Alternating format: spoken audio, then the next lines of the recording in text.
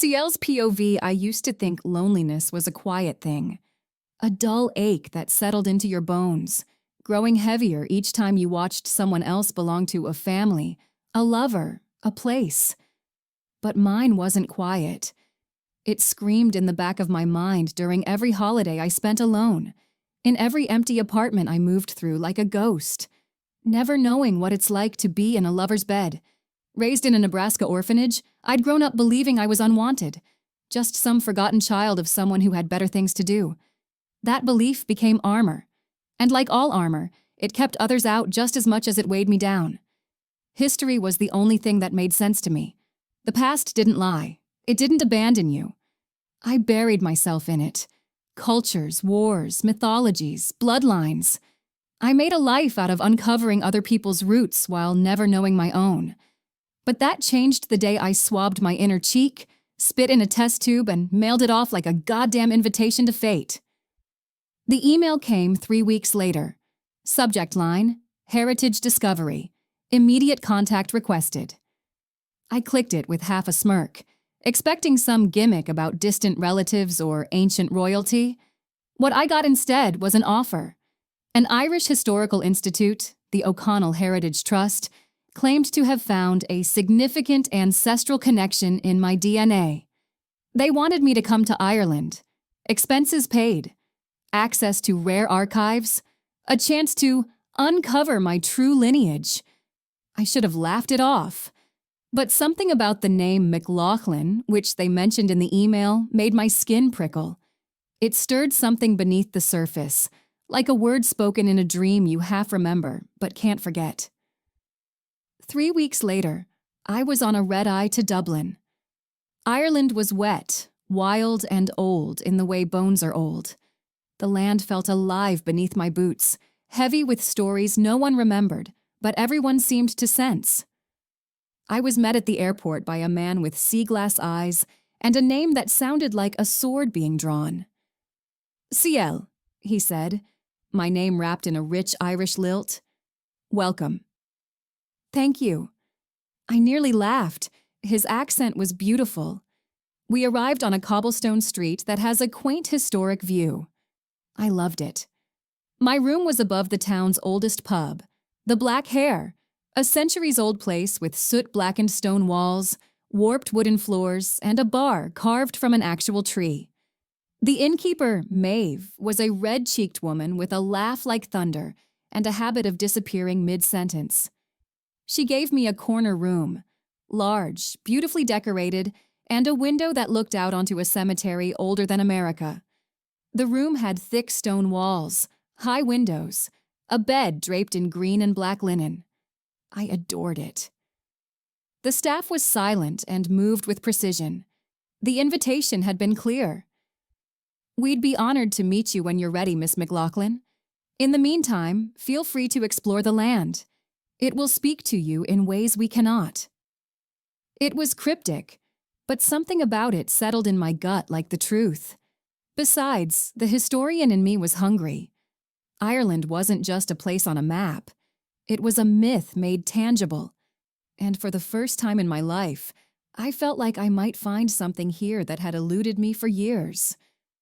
I settled in the town of Ardfiach, population not much more than 3,000 souls and about twice as many sheep. A crescent of stone cottages wrapped around the base of a long ridge crowned with castle ruins. It smelled like wet moss and sea salt, and I fell in love with it instantly. By day, I wandered. I signed up for every historical tour the town offered, most of them led by the same two men who switched between being guides and musicians depending on the weather. I explored moss-covered standing stones, sacred wells, and the remains of a monastery whose walls still bled rust-red in the rain. Every step I took felt like I was walking through layers of time. The land here whispered, and I listened. But it was the Ardfiach Historical Library that truly enchanted me. A massive converted abbey on the edge of town, it housed one of the most obscure private collections of Celtic manuscripts in the country. The place smelled of vellum, dust, and old wood, my favorite kind of perfume. I spent hours there each day, cross-referencing names, symbols, bloodlines. I found dozens of references to the McLaughlins, though many were redacted, fragmented, or strangely erased altogether. Their family crest, a black wolf beneath a crescent moon, appeared in marginalia, footnotes, and inked sketches on parchment that made my fingers tingle when I touched them. It didn't feel like research. It felt like remembering. The days were peaceful, the nights less so. I started to feel it within the first week. An itch at the back of my neck, a weight to the shadows, the sense that someone was always just behind me. I chalked it up to overexposure to folklore and whiskey, but that didn't explain the fleeting footprints I sometimes saw just outside the pub window. Once, in the library, I caught the reflection of someone in the glass display case, a tall figure with broad shoulders, standing far too still. When I turned around, there was no one. Then came the night of the storm. It was raining sideways, punishing rain that lashed across the roads like whips. But I'd gotten a tip from the archivist about a ruined tower on the outskirts of town, once used by high-born chieftains and said to be cursed by a betrayal. I couldn't help myself. I took the rental and drove out into the hills. The tower was little more than a spine of crumbling stone, barely visible through the mist. I parked the car, notebook in hand, and wandered through the ruins until the thunder cracked loud enough to feel in my bones. When I returned to the car, the engine wouldn't turn over. Once. Twice. Nothing but a choking cough and silence. Shit! I checked my phone. No service. Rain hammered the windshield, turning the world into a watercolor of gray and shadow. I sat there for a few minutes, hoping the storm might let up, but the clouds had settled in like an angry god. So I zipped up my coat, pulled my hood low, and started walking the 3 miles back to town. The road twisted through farmland and forest, narrow and half-paved. The rain soaked me to the skin in minutes. My boots filled with water. But that wasn't what made my heart race. It was the feeling, like eyes, like breath on the back of my neck. I paused under a tree, squinting into the dark. The trees were moving, yes, but not like trees should. A shape slipped between them, tall, quick, and utterly silent. I spun. Hello? My voice cracked like the thunder above me. No answer. Just the hiss of rain and my own pulse hammering in my ears. I quickened my pace, every nerve in my body lit up like fire. Something was out there, watching, following, but every time I looked, there was nothing. And then, a howl. Long, low. Not close, but not far either. My breath caught. Wolves, here? I didn't run. I don't know why. Pride, maybe. Stubbornness. But I didn't run.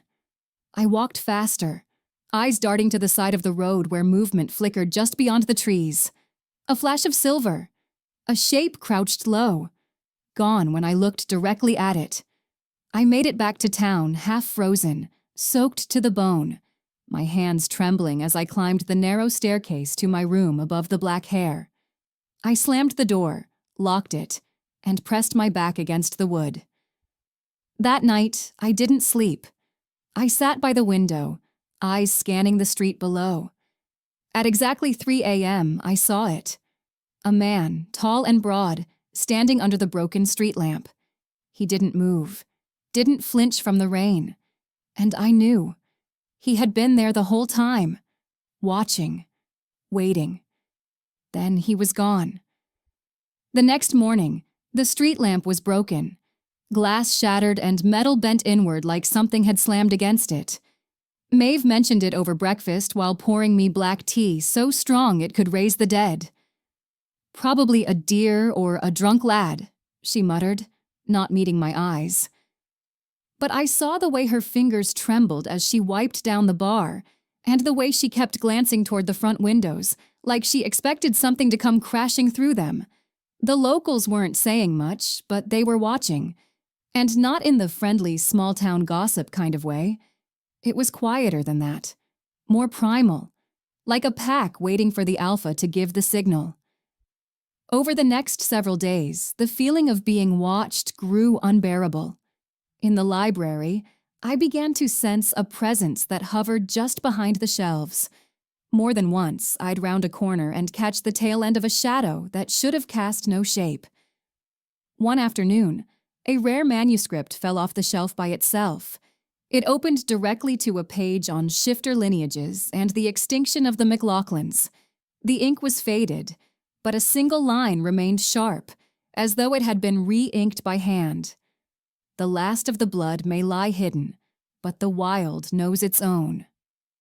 I didn't remember falling asleep that night, but I woke in my bed fully dressed, my feet muddy, my fingernails lined with black soil. The smell of wet earth clung to me like perfume. I checked the window. It was unlocked, open just a crack, and on the sill a single paw print. Not a dog's. Too large, too deep, like something heavy had pressed it there with purpose. I stopped telling Maeve what I saw. The next time I mentioned something, asking whether wolves were common around here, her mouth went tight, and she gave me a look I couldn't quite decipher. Not fear, not pity, resignation. "Don't ask questions if you don't want the truth," she said, then handed me a whiskey in the house. My dreams that night were intense. I saw fire licking up castle walls, heard screams, smelled blood. I ran through fields with wolves at my sides, not chasing me but running with me, as though we were escaping the same horror. In one dream, I stood naked before a full moon, body slick with blood, and 4 wolves circled me.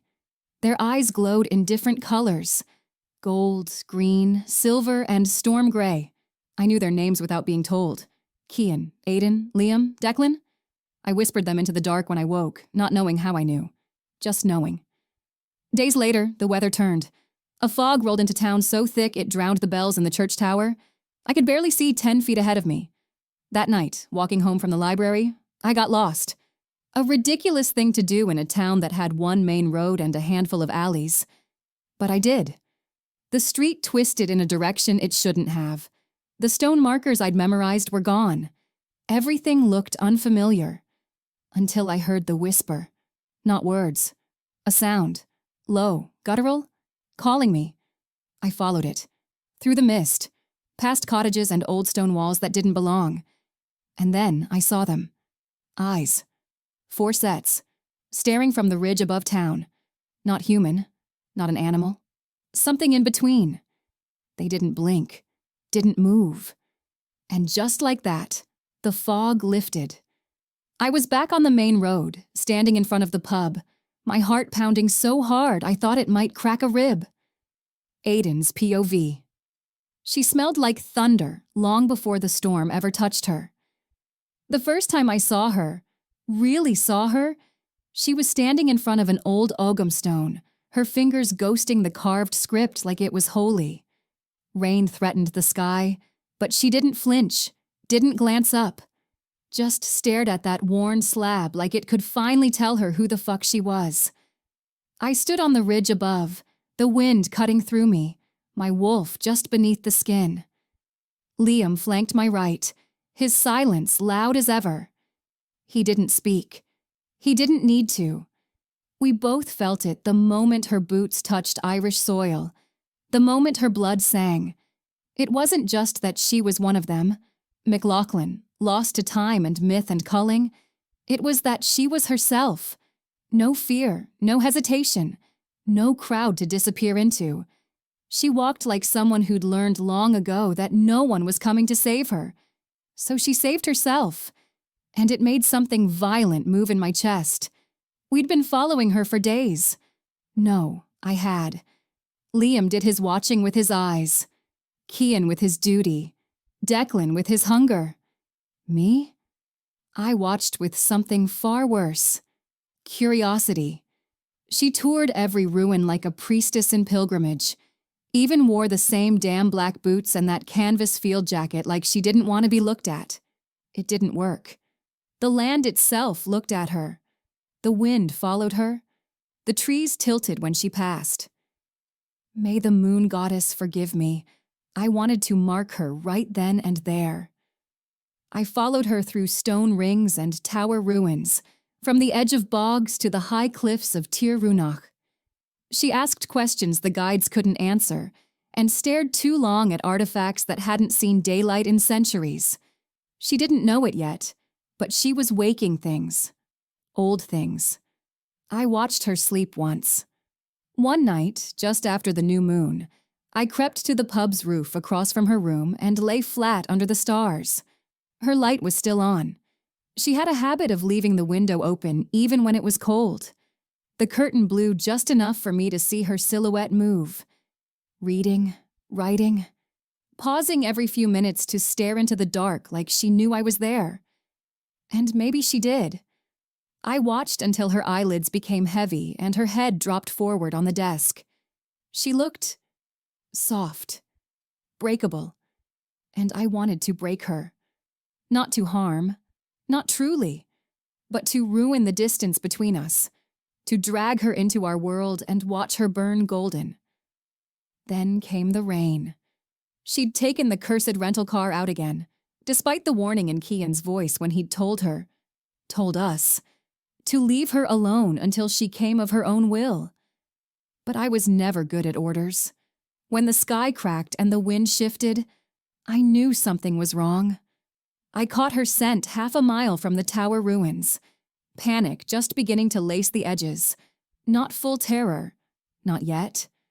But that sharp uptick of breath, that clench in the gut, that ache in the spine that says you are not alone.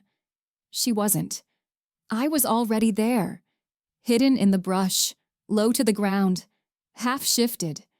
The beast in me crawled close to the surface as I watched her kick the useless rental's tire, mutter curses, then pull her hood up like that was going to save her from the storm. She looked beautiful, miserable, furious, glorious. Her curly hair damp, lips pressed tight in frustration. She checked her phone. No signal. She cursed again, more colorful this time, and started walking. I followed. Not close enough for her to see. Not yet. Close enough to feel her breath stutter when she sensed me. She looked over her shoulder several times. Each time I shifted behind a tree or dipped behind a rise in the road. I didn't want her to see me. I wanted her to feel me. I wanted her body to know me before her mind ever caught up. And it did. Her steps quickened. She began to hum, low and shaky, like she thought noise would keep fear away. It didn't. Because the fear wasn't what I wanted. What I wanted was recognition. And I got it. Just before she crossed back into the edge of town, she paused, dead still. The kind of still prey uses when it realizes the predator isn't just nearby, it's inside the circle. She turned slowly, looked right into the trees where I stood. She didn't see me, but her eyes met mine anyway. And in that moment, with the rain slicking her cheeks and her pulse hammering in the air around her like a war drum, she knew. She knew. I could have stepped out right then. I could have said her name, but I didn't, because this wasn't my moment. And no matter how much the beast in me clawed to get closer to her, to pull her into the shadows and press our truths into her skin, I held, because the moon wasn't full yet. But soon, she would come to us. The land would guide her. Her own blood would drag her back into the dirt and bone of who she really was. And when she did, I would not be gentle. Kian's POV. She found the crest, not just once, 3 times now. In the archives, on the stone behind the monastery ruins, and again last night in a book she wasn't meant to open. She doesn't know that part, that we placed it there, or that I stood outside the library under the cloak of night and listened as she whispered the McLaughlin name like a prayer, like it belonged to her. Because it does. And may the moon goddess help us. So do we. I watched her walk through the stone circle again today. She traced the spiral etched into the standing stone with her bare fingers, unaware that the path she walked was older than language, older than death. The wolves call that place Andorcha das Fola, the blooded dark, sacred, cursed. It wakes the truth in those with wild in their veins. She didn't flinch, not when the wind shifted, not when the ravens screamed above her, not even when I whispered her name on the breeze. Ciel, my thunder-hearted girl. She's coming alive, piece by piece, step by step. She doesn't know yet why she's restless at night, why her skin burns under the full moon, why her dreams feel like memories. But I do. I've known since the first time I scented her blood when she arrived, when her DNA hit that cursed test kit and triggered the alarm in the old network. The world thinks the McLaughlins died out, but the land remembers. The wolves remember. I remember. She's close, Aiden said last night, pacing like the storm he is. She's curious, Liam added, quiet and blunt as ever. Too smart for her own good. Declan didn't speak, just sat near the hearth with his head tilted, listening to the rhythm of her name in the fire. They're all feeling it. The pull. So am I. But I can't let them touch her yet. None of us can. Not until she knows. Not just suspects. Not just dreams. She must feel it. Wake it. Claim it. The shift inside her is dormant, but that won't last. Every question she asks, every sacred site she steps through, it's nudging the beast closer to the surface. If we act too soon, if we touch her, claim her, mark her, before she accepts what she is, she'll break. Or worse, she'll run. She grew up without a pack, without a guide, alone in a world that fed her just enough to keep her alive, but never enough to let her feel full. I know that hunger. I've carried it since I was old enough to shift. That's why I wait. That's why I hold back when every instinct in me screams to go to her, to tell her everything, to drag her into the forest and show her the truth of who we are, of who she is. But I made a vow. She must come to us willingly. She must claim us, not the other way around. Still, it's getting harder. She leaves pieces of herself everywhere she walks. Her scent lingers in the wind, in the grass, in the stone. Even the land bends toward her like it's recognizing an air returned. Last night, I stood outside the pub while she slept. I watched her in the window. I could hear her breath deep, uneven, haunted. She was dreaming again. I felt it. Wolves, fire, blood, me. She whispered my name in her sleep. I nearly went to her. I nearly said fuck the rules, fuck the ritual, fuck the waiting. But I didn't. Because this isn't just about hunger or want or even fate. It's about the reckoning. If she chooses us before her wolf wakes, the bond will shatter her. Her body won't be able to hold the shift. It'll rip through her too violently. But if she chooses us after, if she comes to the forest not just curious, but ready, then it won't be pain she meets. It'll be transcendence. The last McLaughlin has come home. Aiden's POV, I wasn't supposed to be there. But fate rarely cared for timing, and neither did I. The castle at Dun Cruach wasn't on today's tourist itinerary. Not officially. It was closed for restoration. Our family made sure of that when she arrived. But Ciel was persistent, always nosing through archives, sweet-talking the locals, finding access where no access should exist. I knew she'd be there. I felt it in my skin the moment she left the pub, so I waited in the side hall, pretending to admire a wall tapestry older than sin, until I heard the soft rise of her voice. Low, curious, warm as dusk and sharp as broken glass. She came around the corner in a long coat, cheeks flushed, eyes wide with wonder as she took in the stonework. She didn't see me at first, too busy whispering reverent facts about Ogham inscriptions to the clueless American couple she'd befriended on the tour. I saw her, and damn, she was beautiful. The wind had caught a strand of hair, curling it around her jaw. Her hands were bare despite the chill. She was always touching the past, raw-palmed, like she wanted to feel it bleed under her skin. I stepped forward just as she turned, her eyes locked on mine. Recognition flashed, and then suspicion. "Have I seen you somewhere before?" she murmured. "Or maybe you're just everywhere." I gave her my best wolfish smile. "Not everywhere, just where the history is interesting."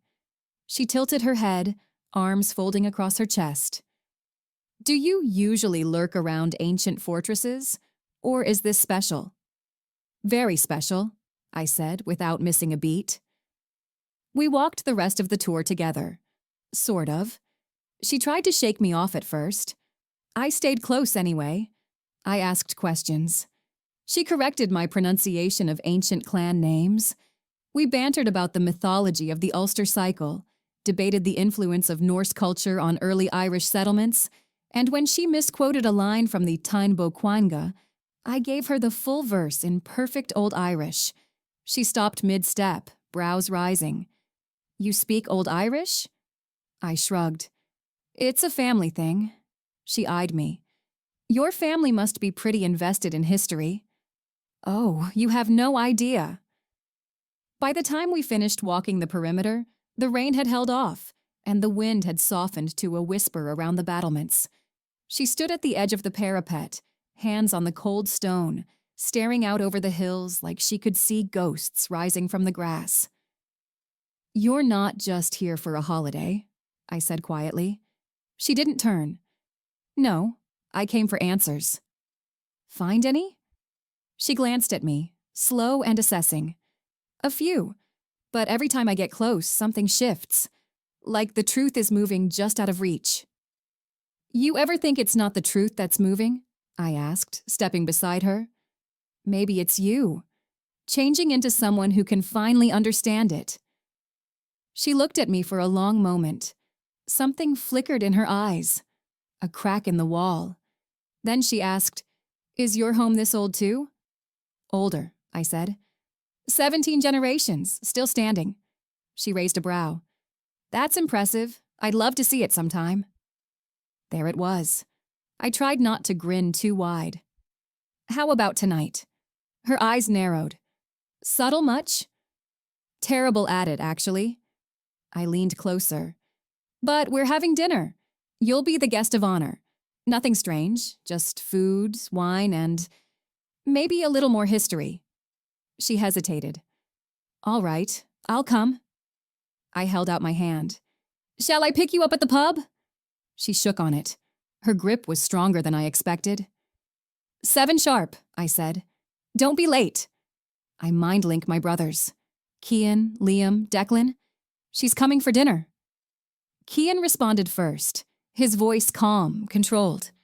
"You invited her?" she asked. I paused. "She's ready for more. Don't push, don't reveal. Let her come to it." Declan's mental tone was all heat and hunger. "I'll behave if she does." Liam said nothing, but I felt him. Tight. Tense.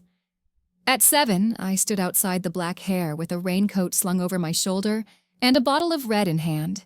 She stepped out wearing a simple black dress and boots, somehow both casual and regal. Her hair was pinned up.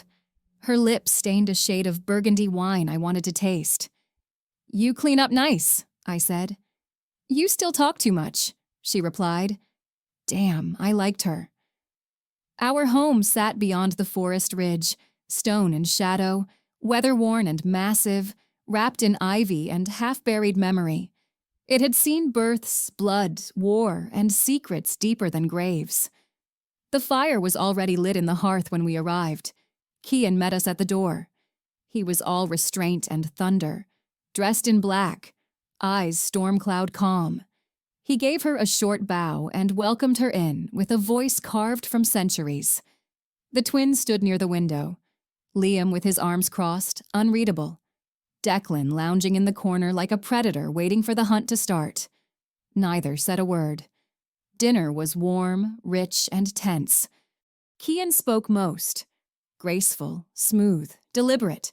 He told her about the O'Neill lineage, about our grandfather, who had been a scholar of Celtic migration and oral traditions. He used to say the McLaughlins were the blood of the wild, Cian said, watching her over his glass. Feared and revered. Said their magic came from before the first king ever laid claim to Ireland. She stiffened. My records say the line ended over 200 years ago. So say the records, he agreed. But you don't believe that. No, Cian said. I don't. I studied her closely. Her fingers tightened around her wine glass, but her expression didn't falter. She was processing, thinking. Cian changed the subject with the grace of a seasoned diplomat, leading her through folklore and battle tales, into the histories carved in stone and ash and iron. She laughed once, soft and warm. She was starting to relax. But then she looked at the twins. They hadn't moved, barely blinked, eyes sharp, unwavering. They don't speak? She asked me quietly, nudging my knee under the table. They're not unfriendly, I said, just cautious. They seem like they don't want me here. Liam's eyes flicked to hers. Declan's jaw ticked. They want you here more than you know, I murmured. She went quiet at that. Her wine untouched now. Her spine a little straighter. I could almost hear her heartbeat changing tempo. Not fear, fascination. She was peeling back the layers. Getting closer. Closer still. And I knew. Soon, she'd ask the questions we weren't allowed to answer. Not yet. POV. CL. The drive to the estate was long, winding through rain-soaked hills and forests that seemed older than time. The O'Neill estate sat on a cliff overlooking the Atlantic, a massive stone manor with ivy strangling the walls and turrets like something out of a Gothic novel. As the car pulled in, 3 other men stepped out onto the gravel driveway. You'll be meeting the rest of us now, Aidan said as he opened my door. The O'Neill home wasn't just a house. It was a memory trapped in stone. It rose out of the earth like it had been grown instead of built. Ancient gray walls wrapped in ivy, chimneys like old watchtowers, windows black with rain and history. The trees leaned toward it. The very air changed when we passed the boundary. It was quieter here. Heavier, like the wind was holding its breath. I should have turned back right then, but I didn't. Because Aidan smiled at me like he'd been waiting 100 years just for me to step through that door. I wanted to see what he'd been waiting for. Inside, it was warmer than I expected. A great stone hearth burned low in a cavernous room where everything looked handcrafted. Heavy oak, worn leather, candlelight flickering in glass lanterns suspended from wooden beams. The smell was intoxicating. Firewood, spiced meat, old books, and something else. Earthy, primal. Like rain on fur. Like skin after heat. It shouldn't have made sense. But it did. Make yourself comfortable, Aidan said with that grin that belonged to some roguish, long-dead poet. I tried, sort of. And then there was the eldest, Cian. The moment Cian appeared, everything shifted. Taller, muscular, with a mouth made for sin. He looked me over with intense, quiet eyes. I hadn't even stepped over the threshold before I realized these men were not your average run-of-the-mill men. He moved like he'd been carved from storm clouds and stone, dressed in black, barefoot on ancient wooden floors. His eyes landed on me, and something tightened in the air. I swallowed. Welcome, he said. One word, but it slid under my skin like heat. Thanks for having me. I tried to sound casual. I failed. He gestured to the table, where 2 other men already sat. The twins, Declan and Liam. Aidan had told me their names, but hadn't specified which was which. They looked like shadows of the same flame. One slightly leaner, the other broader in the shoulders. Both silent. Both unreadable. Their stares hit like frost. Identical only in bone structure, but wildly different in energy. Declan had mischief in his eyes. A smirk that suggested trouble. dark curls falling into his face. Liam was the calmer twin, his stare intense, calculated, always watching. They didn't speak, didn't smile, didn't even blink, I think. So I smiled instead. "Hi, I'm CL." No response, just stillness. I let out a nervous laugh, turned to Aiden. "Friendly pair." He only murmured, "Don't mind them, they're cautious." Dinner was beautiful, rustic, and oddly formal. Roasted meat, root vegetables, dark bread, red wine. The kind of food you expect from old stories. Every bite was perfect. The flavors danced across my palate. Kian carried the conversation, his voice deep and measured, like he was laying out offerings rather than information. He told me stories of Celtic kings and ruined monasteries, of gods mistaken for men, of my own bloodline, the McLaughlins. "You've read about them?" he asked. I nodded. They vanished in the 1700s. Nothing but whispers after that. I found one mention, just one, that said they didn't die off, that they were claimed by the forest. "Some truths prefer to live in the dark," he said. His eyes didn't leave mine when he said it. I shifted in my seat. The wine in my glass was untouched. I couldn't risk it, not when everything inside me felt too warm already. The twins said nothing, not a single word all evening. It didn't feel like shyness. It felt like tension, like they were holding something back, something sharp. Every time I looked their way, their gazes pinned me in place. I felt like a trespasser, a lamb at a table of wolves. But it was Kian who unsettled me the most. Not because he was intimidating, because he was calm. Because every time I looked away from him, I felt him watching me. Not in a way that made me feel unsafe. In a way that made me feel exposed. After dinner, I needed air. Too much heat under my skin. Too many unspoken things curling in the spaces between words. I excused myself and wandered down a hallway lit with oil sconces and the occasional modern bulb. The contrast was strange, like the house couldn't quite decide what century it wanted to live in. I found a small balcony overlooking the woods. I stepped out into the cold and let it cut through the warmth in my veins. It didn't help. My skin still tingled. My chest still felt tight. Then I heard the door open behind me. I didn't have to look to know it was Kian. He moved too quietly to be anyone else. He joined me at the stone railing. Didn't speak. Just stood there, silent beside me. The forest below was black, lit only by a sliver of moonlight cutting through the trees. The wind carried pine and moss and something faintly metallic. "I don't think your brothers like me," I said finally. "They do like you." "That's comforting." "They're quiet around new people?" I turned to face him. "I hope my being here is okay. Thank you for allowing me to come to dinner. You guys' home is beautiful." He didn't blink. "You being here is a refreshing change we needed, and no thanks needed. We are happy you are here," he said. That comment felt loaded more than it should have. Standing this close to him, it was nearly unbearable.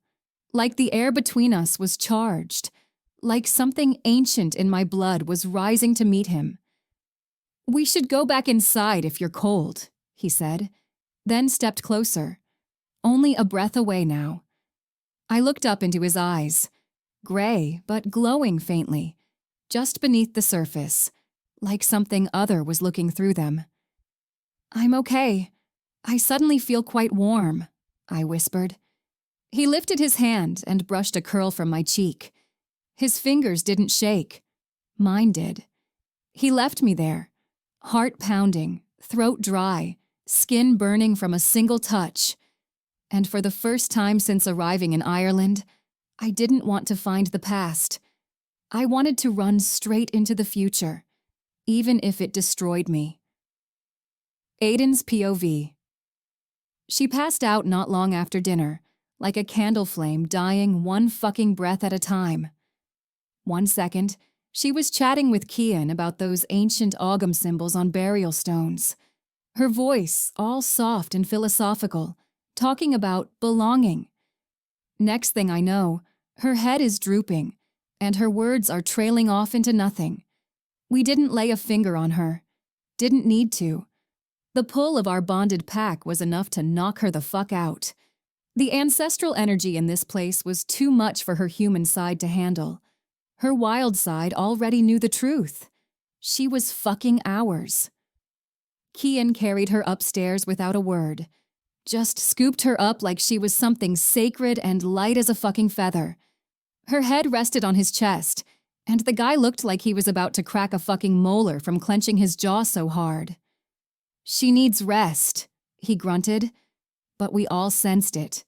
Her heat. Subtle, but there. A richer, sweeter scent with a fucking feral edge. Sweet orange blossoms and honeysuckle.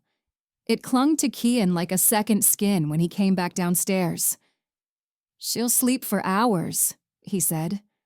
"Not if her body keeps shifting like that," Declan muttered, his voice tight. Liam didn't say shit, but his hand was clenched into a fist, knuckles white. The tension in the room was choking. We needed release. We needed the fucking forest. We shifted just outside the house. Bones cracked, skin tore, fur burst through muscle. And then we were free. 4 wolves tearing through the dark woods under a sky full of stars. No thoughts, just heat, breath, and earth under our claws. Even in wolf form, even running full tilt, I could feel her. Back in the house, dreaming, breathing, ours. The wild knew it. The bond knew it. Not just lust, not just instinct. We wanted to claim her. When we got back, the house reeked of her. It was fucking intoxicating. Like she'd bled into the walls. Her warmth, her scent, her dreams. My wolf couldn't remain still under my skin, pacing like a caged animal. Kian disappeared into his room. Declan stared down the hall like he could see through her door. Liam gripped the banister, his body vibrating with restraint. I headed to my room. In the shower, the hot water pounded down on me, washing away mud, leaves, and sweat.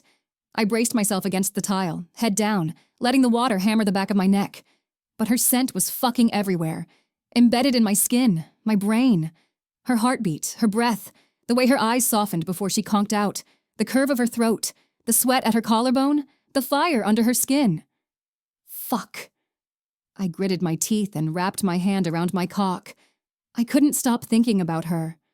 Of her in our house, surrounded by our scent. Her body arching under mine, her mouth gasping my name, her nails digging into my back. Of tasting her heat, every fucking inch, every moan. Of her giving in completely. I stroked faster, jaw clenched, breath ragged, hips jerking forward as the tension coiled tight and deep. I came hard, head bowed, her name a silent whisper on my lips.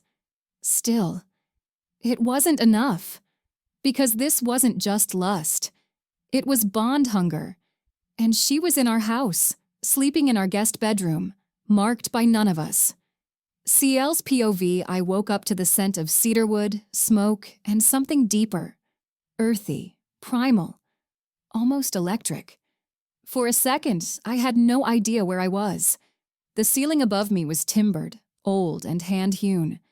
The sheets were crisp linen. A quilt heavy with time lay folded over my legs. The air was cool against my skin, but I was warm. Too warm. Not feverish, but flushed, like my blood had been stirred in the night. I sat up slowly, the realization creeping in like sunlight through the tall, mullioned windows. I was still in the O'Neill house. Then it came back to me. Dinner. The warmth in my limbs that kept building no matter how I tried to ignore it. The heaviness in my bones. The slow drift into sleep right there by the fire. God, I fell asleep in their house. I swung my legs over the edge of the bed and rubbed at my temples. I hadn't slept that deeply in years. Maybe ever. Not in the orphanage, not through grad school. Not through years of tossing and turning in tiny apartments with creaking radiators and cold floors. But here, I slept the entire night. deeply, peacefully, which made no sense. I followed the soft murmur of voices to the kitchen. The O'Neill brothers were already awake. The smell hit me first. Coffee, eggs, smoked meat, and them. Their scent was everywhere now, different and somehow sharper than the night before. It stirred something in my gut I didn't know how to name. Not discomfort exactly, not arousal either, not just recognition. The kitchen opened up like something out of a medieval dream. A massive hearth still warm with coals, thick stone walls, and an island made from what had to be reclaimed altar wood. Around it, the O'Neill brothers sat like kings in exile. Cian, regal and focused, reading a book he didn't look at. The twins, Liam and Declan, both silent. They were perched on opposite ends of the wide kitchen island, both dressed in black. They didn't say a word. Their eyes tracked my every movement. Aiden was at the stove. Shirt pushed up at the sleeves, forearms inked and glistening slightly from the steam. He flipped something that sizzled in the cast iron skillet. His back flexed as he worked, muscle under casual ease. He looked over his shoulder, that wicked grin already in place. "Sleeping Beauty awakens," he said. I flushed, immediately tucking my hair behind my ear. I'm so sorry. I didn't mean to fall asleep here. I must have... "You were tired," Cian said, gesturing toward the island with one broad hand. "That room has housed guests for centuries. You're no inconvenience." Cian rose from his stool and pulled out a chair for me. Aiden tossed a few sprigs of parsley onto the plates. "Breakfast is ready. Sit." Aiden interrupted, sliding a plate onto the counter. "Eat first. It's a rule in this house. No one leaves hungry." Cian's voice edged in something that felt less like suggestion and more like command. His gaze softened just slightly. "You are welcome here, CL." I hesitated, my hands curling around the edge of my coat. "I really shouldn't. I feel like I've overstayed." "You haven't," Aiden said without looking up. "And I already made you breakfast." So I sat. The food was perfect. Eggs, toast, herbed sausage that made my eyes close for a moment longer than necessary. I let out a satisfying moan. My appetite, strangely, had returned in full force. I ate like I hadn't in days. The twins didn't touch their plates. They watched. Cian occasionally glanced their way, but said nothing. His focus returned to me again and again, steady and unnerving. I tried to fill the silence with small talk. "This house must be impossible to heat. I can't believe how well preserved the tapestries are." But it all felt ridiculous. I felt like I was babbling. Or maybe I was just losing my mind. Maybe I was just imagining the electricity crackling under my skin every time one of them moved. After breakfast, I gathered my coat. Cian rose and pulled on his dark coat with quiet grace. "I'll take you back to the pub." "I can call a taxi," I offered, standing too fast. "It's not far." "I insist." His tone made it clear there was no room for negotiation.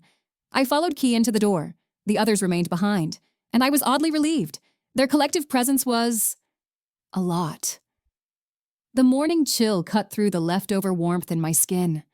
The forest mist was still rising, curling low across the grass like something alive.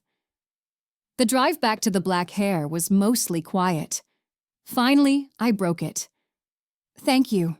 For everything." Cian glanced at me, one hand resting on the gear shift. "It's our honor." "I'm sorry again," I said finally. "I really didn't mean to." "You don't need to apologize." When we reached the pub, he parked, turned off the ignition, and leaned on the steering wheel, fingers drumming once. "I'll stop by later," he said. "There's a collection at the library you should see. Documents your family name is mentioned in. I think you'll find it illuminating. And some records from our grandfather's research." I blinked. "You'd do that?" He smiled faintly. "For you? Of course." The air between us pulled, thick and magnetic. His smile was slow and reverent. "Okay, I'll see you later," I whispered, not trusting my voice for more. And for one terrifying second, I didn't want to leave his car. I nodded and got out of the car in a daze. He waited until I was inside the door before pulling away. I could feel his presence linger, like the scent of firewood and old books and something wild. Liam's POV. She thinks our silence is rejection, but the truth is, I'm afraid of what might happen if I stop being silent. Afraid of what I might say. Afraid of the truth that would come spilling out in the heat of it. That I want to taste her before she learns what she is. That I want to bury my face in her neck and inhale until the human part of me forgets how to function. Ever since she crossed the threshold of this house, the wolf in me hasn't stopped pacing. I feel it in my gut, in my chest, in the base of my spine, coiling, pulling, howling just under my skin. My hands shake when she's close. My mouth waters when she speaks. And when she laughs, fuck. I have to leave the room just to keep myself from sniffing her like an animal. She sat at our table this morning, eyes darting between us like she was waiting to be judged. Aiden speaks to her easily, the bastard. He's always been able to charm his way through wildfire. And Kian's voice? Anchored, patient, like stone warmed in the sun. He holds himself like he can keep it all together if the rest of us start to crack. But me? I can barely breathe around her. And Declan's not faring much better.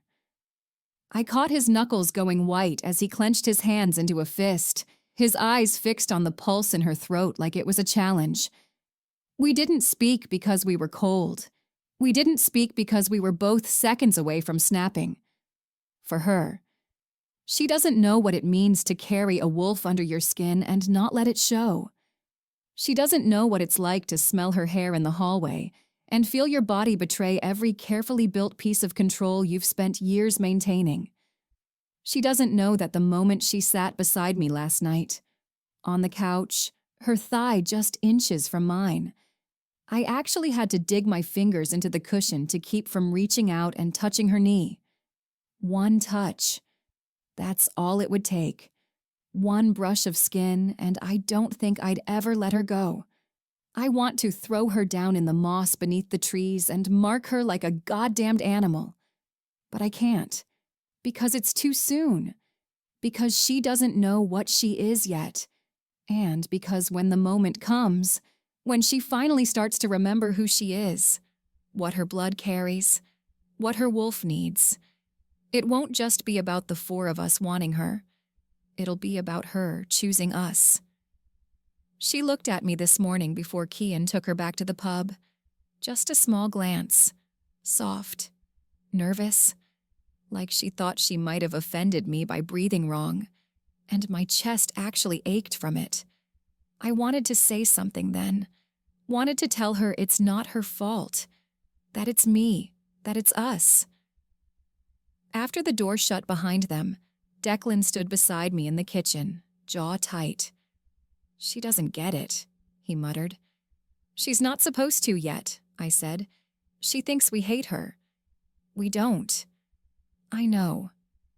We stood in silence for a long time.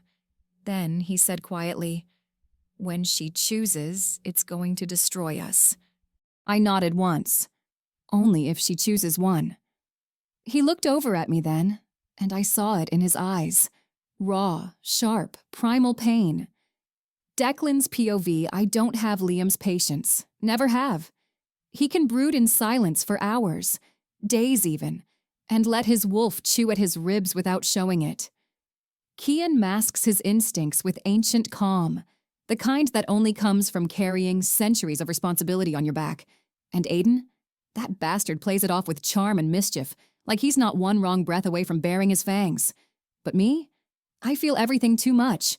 And ever since she stepped foot in our world, it hasn't stopped. Ciel. Even her name hurts in my mouth. Sharp on the edges, sweet down the throat, like blood and honey. She walked through our door last night and my body locked up. Not from fear. from instinct. Every cell screamed, "Mate!" My wolf surged so violently I nearly shifted in the fucking hallway. And when she fell asleep upstairs, that was worse, because then her scent saturated the house, wrapped around my senses like silk. Warm, clean skin. Cinnamon. Female. Fertile. Ours. I didn't eat breakfast. I couldn't. Not because I wasn't hungry. Because I was starving. For her. For the heat under her skin. For the soft moans she made when she took the first bite. I almost lost my shit. My cock was so fucking hard. Thankfully, it was hidden under the kitchen island. I wanted to growl every time she looked away from me. Like I was dangerous. Like she knew. I am. I'm the youngest, just minutes after Liam. The wildest. The one who never quite got the hang of control. They say the youngest of a shifter line is always the one with the thinnest boundary between man and beast. They say our wolves ride us harder, scream louder, tear deeper. They're right. And mine is howling for her. I went out into the woods after they left. Didn't shift, just walked. Fast. Barefoot. Shirtless. Let the trees lash at me. Let the cold bite. Tried to sweat her out of me. It didn't work. She's under my skin. In my blood. I can still see her standing in our kitchen, shoulders tense, eyes uncertain, like she thought she didn't belong. Fuck that. She belongs everywhere in this house. In every room, in every bed, under every brother. We'll all go mad if she doesn't choose all of us. And I might go first. The wolf inside me is getting impatient. It wants to scent her again. I want to feel her skin heat under my hands. Wants to taste the curve of her neck, where her pulse beats wild and fast and innocent.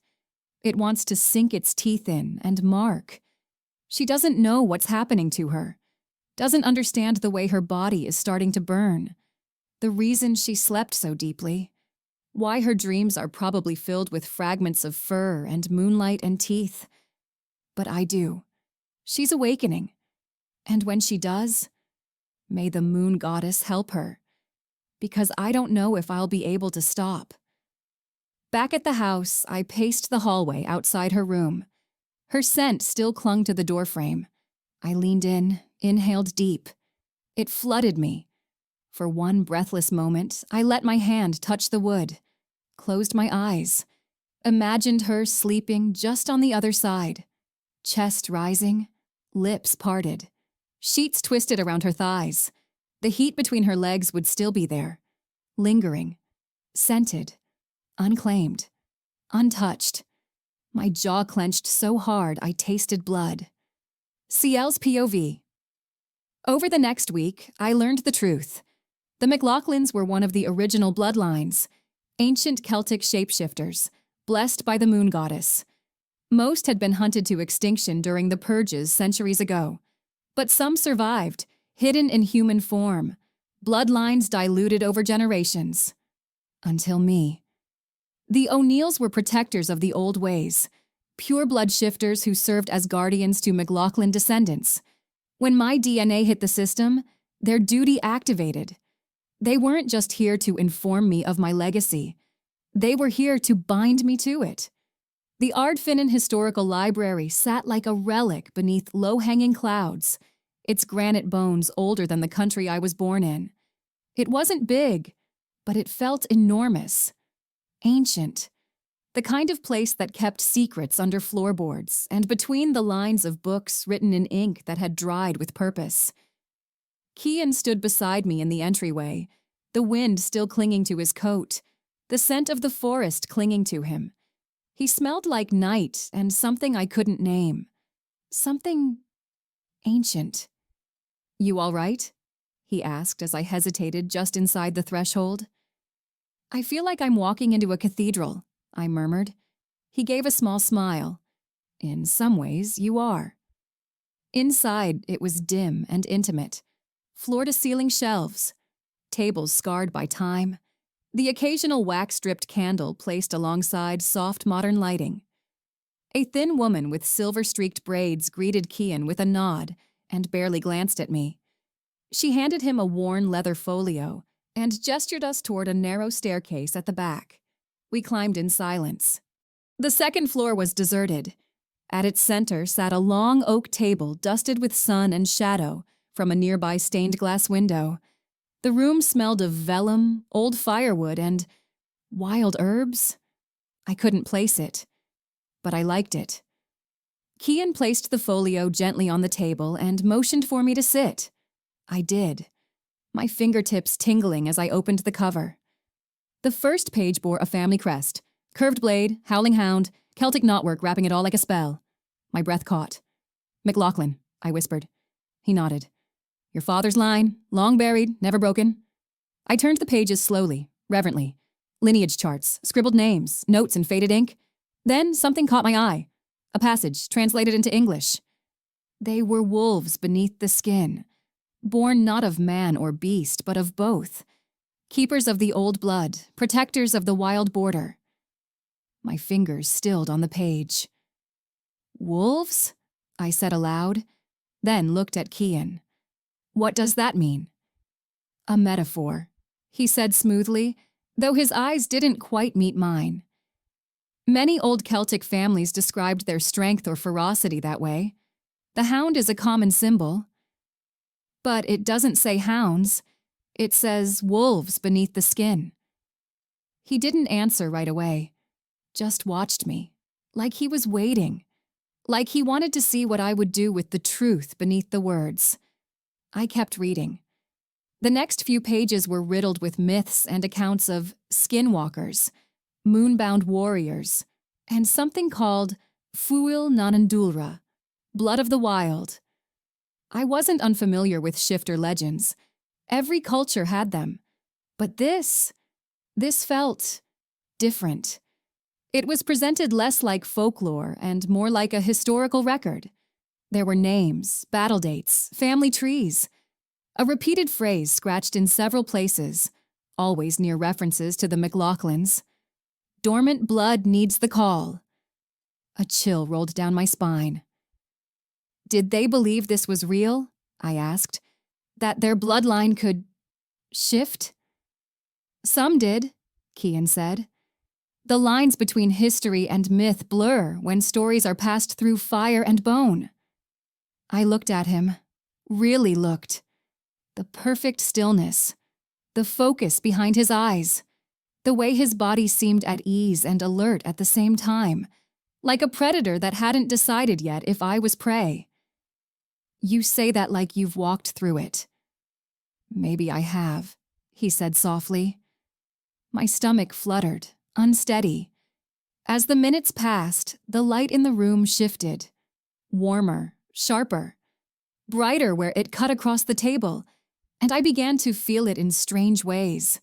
Sounds grew louder. Pages turned like thunder in my ears. Kian's scent, wood smoke and something like crushed pine, was no longer subtle. It was everywhere. I could feel it clinging to the air, and I wanted to lean into it. My hands trembled. I blinked hard and tried to focus. "You all right?" he asked finally. I nodded too quickly. I think I'm tired again. Or maybe dehydrated. I've been reading a lot lately." His eyes softened, but not with sympathy. With something deeper. "It's not dehydration." "What is it then?" He said nothing, which was somehow worse. I stood abruptly. "I need some air." "I'll walk you out." I waved him off. "No, it's fine. You've already done enough. I'll be okay. I need a minute." He studied me for a long, waited moment, and then nodded. "Very well, but be careful, CL." I laughed weakly. "Of dusty books and old libraries?" "Of what wakes in the blood when the past gets too close." I didn't look back when I left, because if I did, I was afraid I wouldn't be able to breathe. And the terrifying thing was, some part of me liked it.